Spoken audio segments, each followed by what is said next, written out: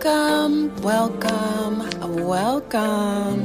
back to Life as Ritual. I am your host and curator, sometimes mystic, other times menace, Erf.angl. And today's episode is about trust. Let's talk about trust, baby. Let's talk about you and me. Let's talk about all the good things and the bad things that may be. Let's talk about trust. Let's talk about trust. Yes. And not only will we be talking about trust today, we will also speak about why it should never be confused with faith. These two words get braided together so often that we often forget that one cuts while the other one carries.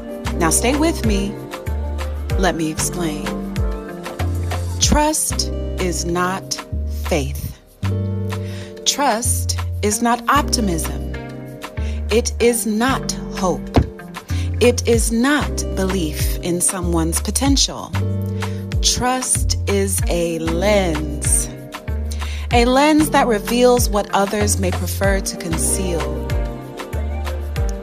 You know this lens if you've ever been in a long-term relationship or friendship that leaves you feeling pensive, maybe even on guard, even while being told, "I love you."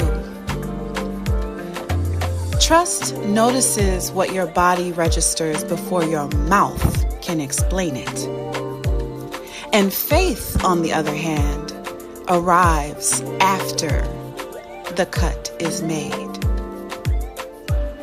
Faith is what you practice when you choose yourself, especially when someone tries to make you feel guilty for establishing a boundary. Now, when I speak of faith, I am not talking about religion. Faith is often mistaken for religion, but even the Bible tells us otherwise. In Ecclesiastes 7:12, faith is aligned not with doctrine, but with wisdom. Wisdom preserves life. Faith, then, is not about obedience to belief systems. It's about loyalty to what keeps you intact. In esoteric law, this is echoed through what's known as the law of assumption. And the law of assumption teaches that whatever you consistently assume to be true about yourself, about others, about the world, organizes your reality around that assumption. In this sense, nothing is neutral. Every choice, every pause, every refusal, every repetition, every return, all of it is shaping you.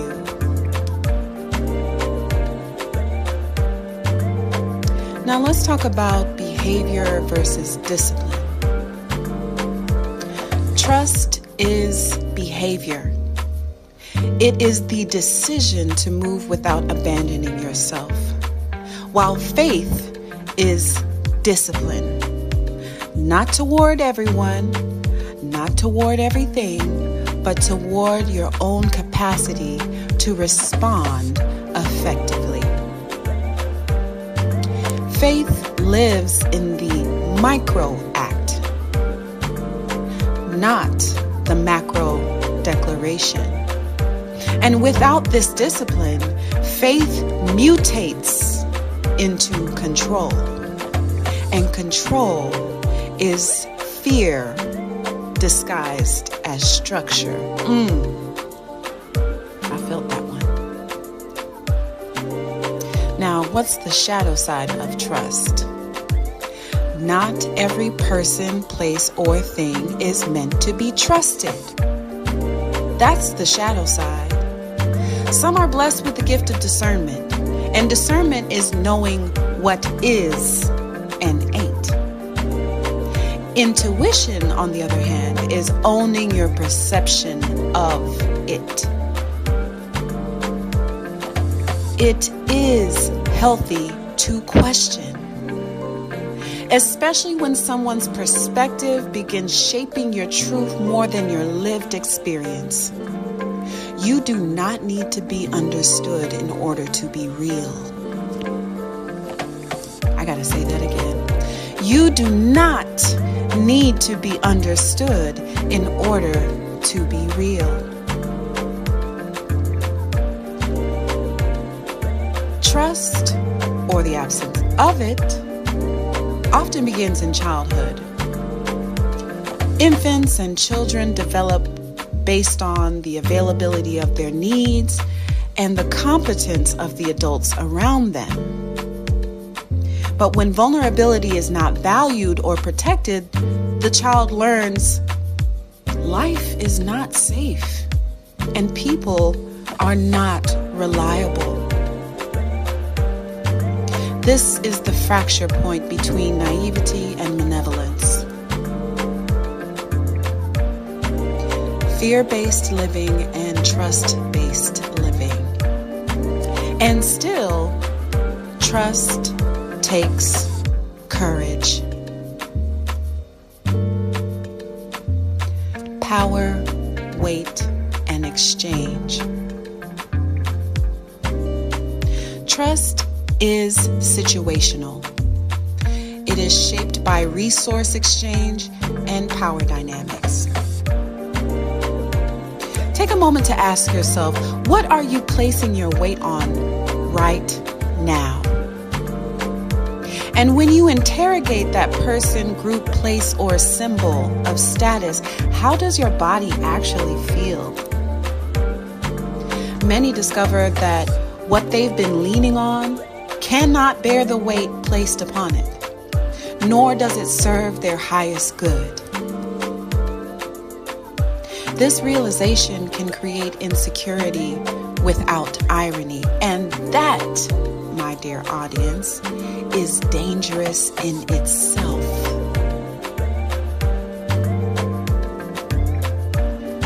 Let's take a step back and recall Esther Brown and her refusal as trust. In Hartman's Wayward Lives, Beautiful Experience, she offers us a beautiful picture full of flaw and humanity of Esther Brown. Esther's life teaches something crucial. Trusting yourself often means being misunderstood. It can cost you stability, safety, community. And with this in mind, trust is not gentle. It breaks contracts that require your disappearance so others can remain comfortable. In the example of Esther, when Esther refused prescribed labor, such as laundry and house cleaning, she was labeled reckless, a menace even. But her refusal was not optimism, not hope. It was her truth. And that refusal was trust. So what about when faith enters? When you're standing in the aftermath of that break, faith carries you through the dark nights, the doubt, the loneliness. In my own life, when I chose myself, a breakup, no contact, a boundary finally being held, because I'll be the first to admit I am a recovered people pleaser. I didn't feel powerful. I felt alone. But faith is what kept me from returning just to feel held. I remember those cold, lonely nights. And when the sun began to rise again on my broken heart, I recognized that faith actually created space. And in that space, the harm became undeniable. And truth be told, I could no longer justify it.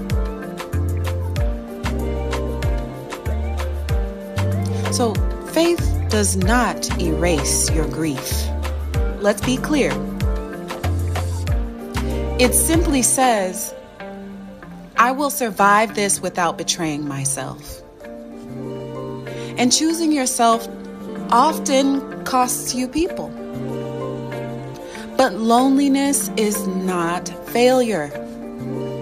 It is the space you cultivate when you are no longer performing a role. It is not emptiness. It is, in fact, a shift between stories.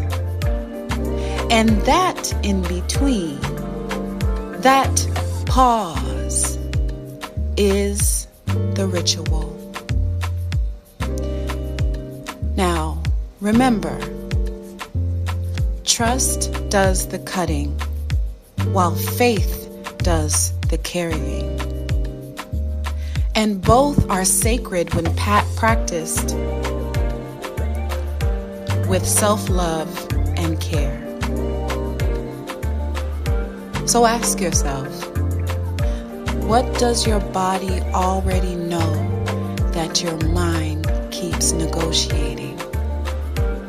If you trusted yourself fully and truly, what would need to end?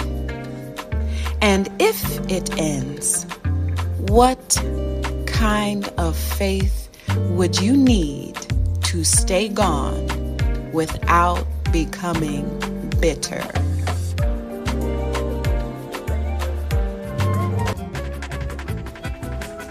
This is Life as Ritual. Until next time, ta-ta.